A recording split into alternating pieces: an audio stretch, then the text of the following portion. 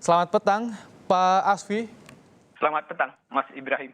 Pak Asfi, menurut survei SMRC, hanya 14% dari masyarakat Indonesia yang percaya isu kebangkitan PKI. Tapi kenapa setiap isu ini diungkit, Pak Asfi, kok kesannya riuh sekali, ramai sekali Pak Asfi? Apa yang Anda lihat?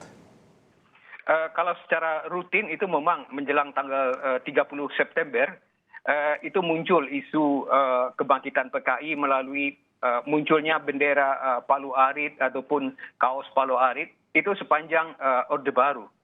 Tapi yang berbeda sekarang ini adalah isu kebangkitan PKI ini juga didukung oleh sekelompok orang gitu. Itu yang berbeda. Jadi bukan hanya sekedar penemuan kaos ataupun juga bendera, tetapi ini ada satu kelompok yang mendukung dan mengharapkan pemerintah supaya waspada terhadap kebangkitan PKI itu.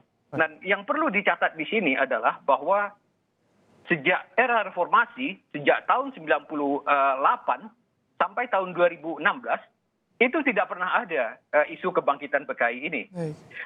Sejak tahun 98 sampai 2016, yang terjadi itu adalah pembuatan buku, pembuatan film yang menyangkut korban 65, tetapi baru ada isu kebangkitan PKI ini sejak 2016. Mengapa itu? Karena pertama, upaya untuk merintangi atau menghambat upaya yang selama ini dijalankan dalam hal penulisan sejarah, pengakuan dari korban yang disampaikan di seminar, dan lain-lain. Dengan mengatakan ada kebangkitan PKI, ini seakan-akan itu menutup isu pelurusan sejarah yang terjadi selama ini. Kalau di tahun 2020, apa yang Anda lihat soal isu kebangkitan PKI, Pak Asfi? Kalau kita lihat dari survei SMRC itu, dari tahun 2016 sampai tahun 2020, jumlahnya itu sama. Mereka yang percaya itu jadi 14% gitu. Jadi artinya tidak bertambah, artinya itu orang itu juga gitu. Jadi orang yang mungkin secara rutin setiap hari itu menerima informasi tentang keganasan PKI pada masa lampau yang itu perlu dipersoalkan gitu data-datanya. Nah, itu yang menyebabkan angka itu tidak pernah bertambah juga. Tetapi sekali lagi ini mempunyai dampak kepada mundurnya upaya penerbitan buku-buku yang mengungkapkan tragedi masa lalu itu gitu. Baik, tadi Anda sampaikan bahwa isu ini juga didukung oleh kelompok tertentu. Apakah artinya isu ini dipolitisasi, Pak Asfi? Iya, tentunya terkait dengan menurut saya pemilihan presiden 2004. Jadi ada orang-orang yang ingin mungkin maju di dalam pemilihan presiden itu, dan isu yang bisa mendatangkan dukungan itu adalah bahwa dia adalah termasuk orang yang anti PKI. Karena pada zaman Orde Baru pun juga Soeharto itu kan digambarkan atau dilambangkan sebagai orang yang menyelamatkan negara, menyelamatkan Indonesia dari PKI gitu. Nah ini seakan-akan diulang kembali ya temanya gitu. Jadi ada kaitannya dengan Pilpres 2024 ya, Pak Asfi ya? Saya percaya itu gitu. Oh, baik, Pak Asfi, sebetulnya kan pemerintah tidak melarang nonton, tidak mewajibkan juga. Artinya tidak begitu signifikan dong dampaknya terhadap kehidupan berbangsa bagi masyarakat Indonesia? Iya, bahwa orang boleh saja menonton, tapi jangan lupa bahwa film itu merupakan film yang diwajibkan, dipaksakan ditonton untuk anak sekolah.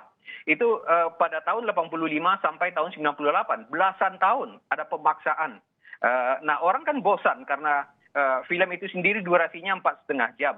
Dan sekarang kondisinya sudah sangat jelek kualitas filmnya. Nah, sekarang kalau dipaksakan, yang pertama itu kan akan membosankan, dan yang kedua kembali mengulang substansi film itu yang mengungkapkan kebohongan sejarah gitu. Yang saya maksudkan dengan kebohongan sejarah adalah cerita-cerita misalnya tentang Gerwani. Gerwani tentang perempuan yang melakukan kekejaman luar biasa terhadap para jenderal. Kenyataannya itu tidak benar. Visum et repertum yang dikeluarkan pada saat itu tidak menyebutkan adanya misalnya pencucilan mata gitu. Nah, ini menurut hemat saya menghancurkan gerakan perempuan. Karena kita tahu pada masa Orde Baru yang terjadi itu adalah munculnya organisasi perempuan yang semacam Dharma Wanita gitu. Tidak Baik. ada lagi organisasi yang militan Baik. seperti Gerwani ini gitu. Ya, kalau untuk saat ini apa yang relevan dengan ditampilkannya atau diangkatnya kembali isu PKI, terutama soal dinamika politik yang terjadi di tanah air, Pak Asfi?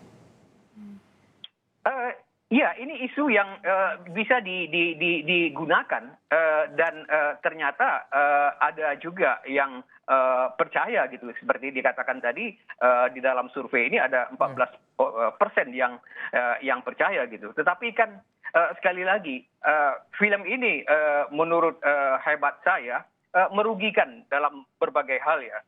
Mengungkapkan kebohongan dan kemudian menimbulkan kebencian terhadap satu kelompok, satu golongan yang kenyataannya itu juga ya misalnya tidak melakukan kekerasan seperti yang dituduhkan di dalam film ini terhadap para jenderal itu. Terutama sekali lagi tentang Gerwani, sebuah organisasi perempuan yang sangat aktif itu pada sebelum tahun 65. Baik. Dan organisasi ini dimatikan dan di dalam film itu digambarkan betapa jahatnya Gerwani ini gitu, betapa sadisnya mereka. Pak Asfi, saat ini kan banyak gembar-gembor soal ajakan nonton bareng, terutama salah satu kelompok kita sebut kami yang sudah banyak diketahui oleh publik, gembar-gembor ajakan nonton bareng. Apakah dengan ajakan ini bisa mempengaruhi semakin banyak masyarakat yang akan percaya soal isu kebangkitan PKI kalau menurut Anda, Pak Asfi?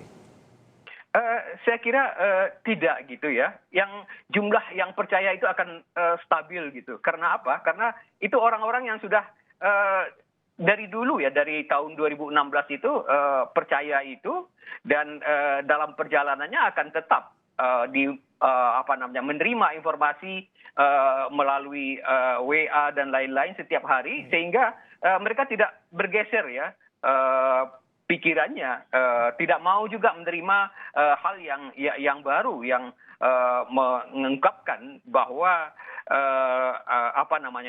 yang disampaikan misalnya di dalam film ini lebih banyak kebohongannya gitu.